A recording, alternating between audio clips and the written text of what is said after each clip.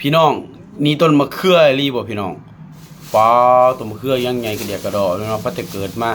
ท้องพ่อท้องแม่ก็เพิ่งเคยเห็นนะเนาะแต่ความจริงแล้วเนาะอยู่ลาวเคยมีคนไปถ่ายหลายครั้งเนาะจริงๆแล้วในจำปาสักนี่สิมีอีกบอนหนึ่งเนาะอันนั้นต้นสูงนี่แหละเนาะแสดงว่ามี2บอนและ2หม่องไงได้นี่ฮะบอนเนี่ยเป็นคนไทยถ่ายเนาะเพิ่นไปเที่ยวแล้วเห็นเพิ่นถ่ายเป็นคลิปมาเนาะคนก็ไปเบิ่งหลายๆเนาะเป็นต้นมะเขือที่นี่บ่น่าจะคู่ข้อมูลความจริงก็เลยเขาไปค้นหาแบบเป็นจริงหรือบ่ก็เป็นต้นมะเขือยักษ์ก็รีวิวเนาะก็ต้นมะเขือยักษ์เนาะแต่มีชื่อทางวิทยาศาสตร์ก็มีชื่อของเขาบ่จักคือกันว่าชื่อหยังเป็นภาษาอังกฤษเนาะจริงๆแล้วเขาว่าต้น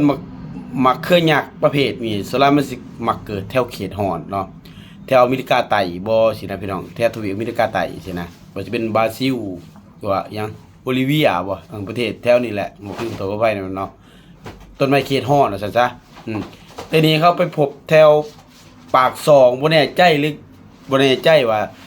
ปกติอันถ้าปากซองบริเวณนั้นสิเป็นอากาศเย็นได้อยู่แล้วแต่ว่าบ่แน่ใจว่าบ่อนที่เขาไปพบไปพ้อนี่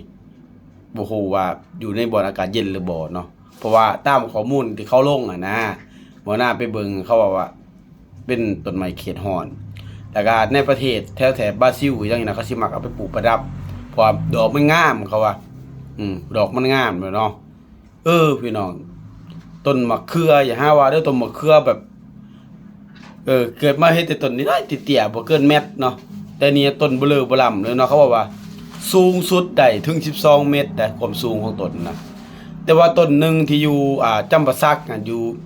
มีคนไปถ่ายหลายบ่ดอกบ่นะฮะหลายหมอหลายคนดอกอันน่ะสูงกว่านี้ไปหลายเท่านั่นน่ะสิประมาณ10กว่าเมตรพุ่นแหละอันนั้นแต่ว่าต้นนี่หั่นประมาณถึงบ่5เมตรประมาณนี้แหละ4-5เมตรประมาณนี้แหละเนาะแต่ก็สูงแล้วสำหรับต้นมะเขือเนาะกระเดียกระโดดเนาะผมเคยเห็นตามนั้นพี่น้อง